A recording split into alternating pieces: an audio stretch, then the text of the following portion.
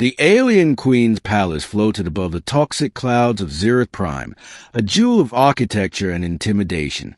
Her people, sleek and predatory, whispered stories of conquest and domination. They had ruled star systems for millennia, toppling civilizations before their populations could even comprehend war. Yet here, in the midst of a triumph, the queen faced something unexpected.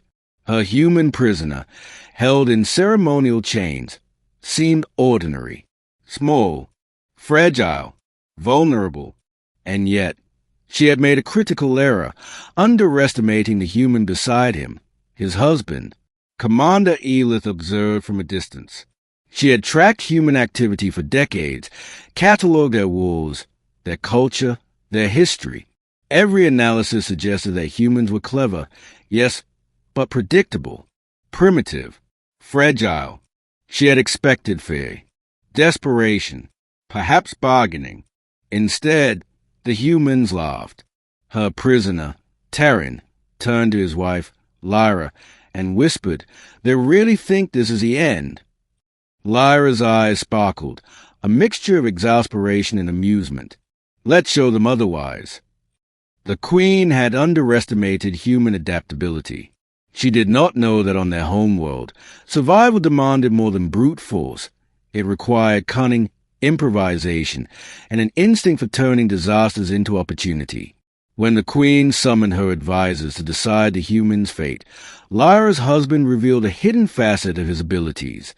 Not just physical prowess or tactical genius, but something rarer, intuition honed to nigh prescience, the ability to predict and manipulate outcomes under extreme pressure. The alien court barely noticed at first. Terran's movements were subtle, a calculated glance, a measured word. But as events unfolded, it became undeniable. The humans were shaping reality itself. The first demonstration came during the trial, staged for intimidation. The Queen's elite guard approached to assert dominance. Terran moved, and in a sequence of fast, precise, and lethal, every guard was disarmed, incapacitated, or redirected, without a single life taken. The court gasped. The Queen's advisors murmured. Lyra's laughter echoed through the chamber. "You thought he was powerless," she said, "but has always been this strong." From that moment, the Queen realized she had misjudged her captives. Humanity's strength was not in their technology, though formidable, but in their unpredictability. They adapted. They improvised. They turned every advantage the enemy had into a liability. Over the next days, Terran orchestrated a series of maneuvers that shattered the alien expectations. Supply lines meant to isolate the humans collapsed. Security protocols designed to contain them failed.